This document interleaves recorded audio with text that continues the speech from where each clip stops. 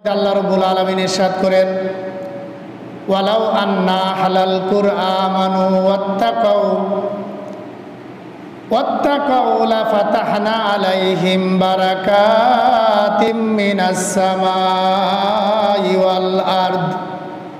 আল্লাহ রাব্বুল আলামিন ইরশাদ করেন, যদি নগরবাসী এলাকাবাসী যদি আমার প্রতি ঈমান আনত এবং আমাকে ভয় করত, তাহলে আমি আল্লাহ রাব্বুল আলামিন আসমান এবং জমিনের মধ্যে তাদের জন্য বরকতের দরজা খুলে দিতাম।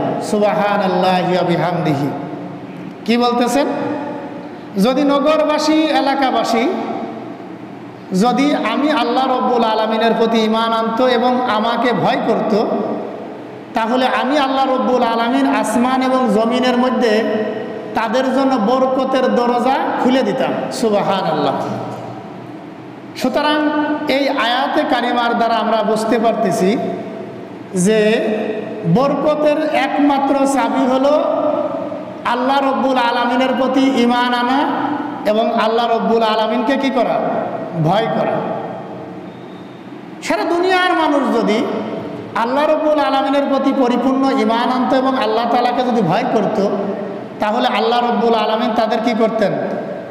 তাদের ওই বরকত নিয়ে, রিজিক নিয়ে, কোনো কিছু নিয়ে তাদের কি করা লাগতো না, কোনো চিন্তা করা লাগতো না।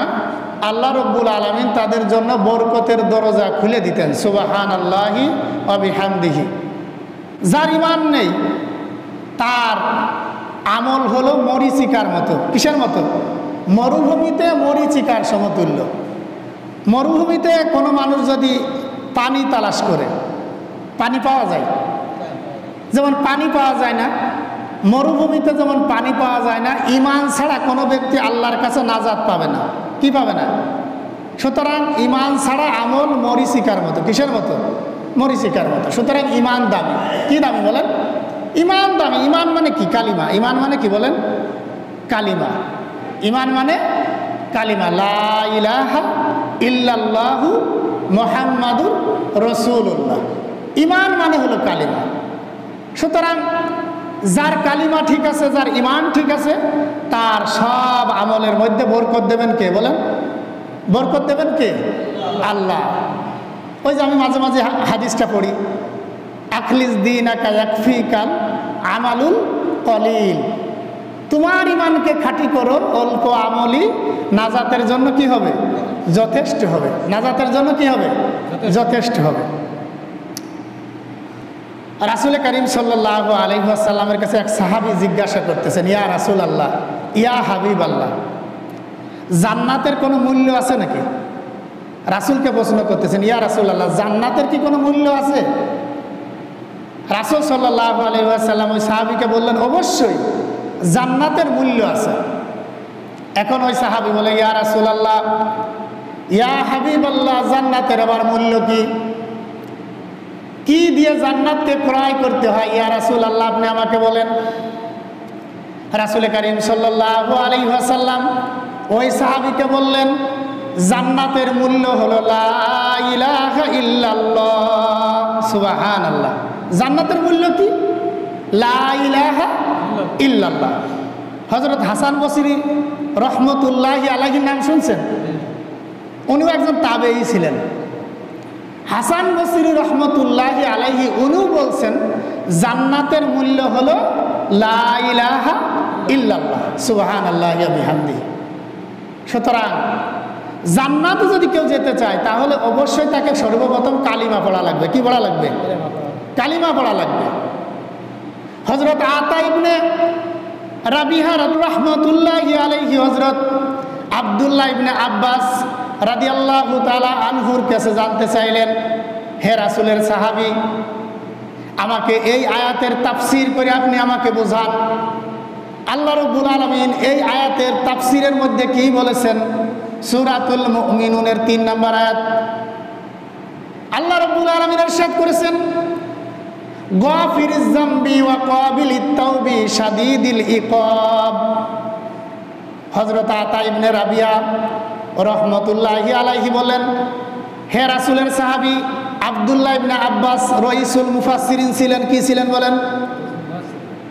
সমস্ত দুনিয়ায় আমরা যারা কই যে আমি মুফাসসিরে কোরআন, বিভিন্ন মানুষ বড় বড় মুফাসসিরে কোরআন লেখে না, এই সমস্ত মুফাসসিরে কোরআনের তাজ হলেন রাসূলের সাহাবী হযরত আব্দুল্লাহ ইবনে আব্বাস রাদিয়াল্লাহু তাআলা আনহু। এই আব্দুল্লাহ ইবনে আব্বাস রাদিয়াল্লাহু তাআলা আনহুর কাছে জানতে চাচ্ছেন, হে রাসূলের সাহাবী, এই সূরাতুল মুমিনুনের যে 3 নম্বর আয়াতে কারিমা আল্লাহ রাব্বুল আলামিন বলছেন গাফিরিজ যামবি ওয়া কাবিলিত তাওবি শাদীদিল ইকাব, এই আয়াতের ব্যাখ্যায় আল্লাহ রাব্বুল আলামিন কি বলেছেন, কি বোঝাতে চেয়েছেন? এর সরল অর্থ হচ্ছে আল্লাহ রাব্বুল আলামিন তাদের গুনাহকে মাফ করে দিবেন, তাদের তাওবা কবুল করবেন। আবার আল্লাহ রাব্বুল আলামিন শাস্তি দানে অত্যন্ত কঠোর, শাস্তি দানে অত্যন্ত কঠোর। এই আয়াতের ব্যাখ্যা তো আমি বুঝতে পারলাম না। হ্যাঁ আব্দুল্লাহ ইবনে আব্বাস, আপনি এই আয়াতের ব্যাখ্যাটা একটু আমাকে বুঝাবেন। তখন আব্দুল্লাহ ইবনে আব্বাস রাদিয়াল্লাহু তাআলা আনহু এই আয়াতের ব্যাখ্যা করলেন। কি ব্যাখ্যা করলেন? গাফিরুজ যামবি লিমান ক্বালা লা ইলাহা ইল্লাল্লাহ। হযরত আব্দুল্লাহ ইবনে আব্বাস রাদিয়াল্লাহু তাআলা আনহু বললেন, আল্লাহ রাব্বুল আলামিন তার জীবনের সমস্ত গুনাহকে মাফ করে দিবে। লিমান ক্বালা লা ইলাহা ইল্লাল্লাহ, যে আল্লাহর বান্দাবান্দি পড়েছে লা ইলাহা ইল্লাল্লাহ, আল্লাহ রাব্বুল আলামিন তাদের জীবনের সমস্ত গুনাহকে মাফ করে দিবেন। সমস্ত গুনাহকে কি করে দিবেন? মাফ করে দিবেন। এই যে ব্যাখ্যাটা বললাম, কালেমা পড়লে আল্লাহ রাব্বুল আলামিন জীবনের গুনাহ মাফ করে দেয়, এর একটা বাস্তব একটা হাদিস আছে। একদিন নবী করিম সাল্লাল্লাহু আলাইহি ওয়াসাল্লাম সাহাবীদেরকে এই হাদিসটা পড়ে শোনালেন। রাসূল করিম সাল্লাল্লাহু আলাইহি ওয়াসাল্লাম বললেন, হে আমার সাহাবীরা তোমরা শোনো, যে ব্যক্তি মৃত্যুর পথযাত্রী, মুমূর্ষু অবস্থা, প্রাণবায়ু বের হয়ে যাবে যাবে অবস্থা, ওই ব্যক্তির পাশে বসে বসে তোমরা বেশি বেশি করে কালেমা পড়তে থাকো। বলেন সুবহানাল্লাহ। সাহাবা একরামগণ বললেন, ইয়া রাসূলুল্লাহ, ইয়া হাবিবাল্লাহ, কালেমা পড়লে লাভটা কি? রাসূল করিম সাল্লাল্লাহু আলাইহি ওয়াসাল্লাম বললেন, মৃত্যুর পথযাত্রী মুমূর্ষু ব্যক্তির পাশে বসে যদি বেশি বেশি করে পড়া হয় লা ইলাহা ইল্লাল্লাহ, আল্লাহ রাব্বুল আলামিন ওই মৃত্যুর পথযাত্রী ওই ব্যক্তির জীবনের সমস্ত গুনাহকে বিলীন করে দেন। সুবহানাল্লাহ। কি করে দেন? সমস্ত গুনাহকে বিলীন করে দেন। যদিও সে পড়তে না পারে, যদিও সে অনেক সময় মুমূর্ষু, পড়তে পারে না, জুবান বন্ধ হয়ে গেছে, ওর পাশে বসে কালেমার তালকিন দিতে থাকেন। কি দিতে থাকেন? লা ইলাহা ইল্লাল্লাহ, লা ইলাহা ইল্লাল্লাহ। এই কালেমা বেশি বেশি করে পড়তে থাকেন, তাহলে মৃত্যুর পথযাত্রী ওই ব্যক্তির গুনাহ বিলীন হয়ে যাবে। সাহাবা একরামগণ বললেন, ইয়া রাসূলুল্লাহ, ইয়া হাবিবাল্লাহ, কোন ব্যক্তি যদি জীবিত থাকাকালীন বেশি বেশি করে পড়তে থাকে লা ইলাহা ইল্লাল্লাহ, লা ইলাহা ইল্লাল্লাহ, তাহলেও কি তার জীবনের সমস্ত গুনাহ বিলীন হয়ে যাবে? রাসূল করিম সাল্লাল্লাহু আলাইহি ওয়াসাল্লাম বললেন, হে সাহাবী, তাহলে তো তার জীবনের সমস্ত গুনাহ বিলীন হয়ে যাবে। সুবহানাল্লাহি ওয়া বিহামদিহি। বলে যে যদি সে জীবিত থেকে সশরীরে সে যদি বারবার করে পড়তে থাকে লা ইলাহা ইল্লাল্লাহ, তাহলে তো তার জীবনের সমস্ত গুনাহ বিলীন হয়ে যাবে। সুবহানাল্লাহ। সুতরাং কালেমার এত দাম। সহিহ মুসলিম শরীফের হাদিস কিতাবুল ঈমানের মধ্যে হাদিসটা এসেছে, ক্বালা সামিতু রাসূলুল্লাহি সাল্লাল্লাহু আলাইহি ওয়াসাল্লাম ইয়াকুলু আশহাদু আল্লা ইলাহা ইল্লাল্লাহ ওয়া আন্না মুহাম্মাদার রাসূলুল্লাহি হারামাল্লাহু আলাইহিন নার। হযরত আব্দুল্লাহ ইবনে সামিত রাদিয়াল্লাহু তাআলা আনহু বলেন, আমি রাসূল করিম সাল্লাল্লাহু আলাইহি ওয়াসাল্লামকে বলতে শুনেছি, যে ব্যক্তি সাক্ষ্য দিবে যে আল্লাহ ছাড়া কোনো মাবুদ নাই, নিশ্চয় হযরত মুহাম্মদ সাল্লাল্লাহু আলাইহি ওয়াসাল্লাম আল্লাহ তাআলার প্রেরিত রাসূল, হারামাল্লাহু আলাইহিন নার, আল্লাহ রাব্বুল আলামিন ওই ব্যক্তির জন্য জাহান্নামকে হারাম করে দিবেন। বলেন সুবহানাল্লাহ। আর আস্তে বলেন, একটু জোরে বলেন সুবহানাল্লাহ। হারামাল্লাহু আলাইহিন নার, ছোট্ট আমল না?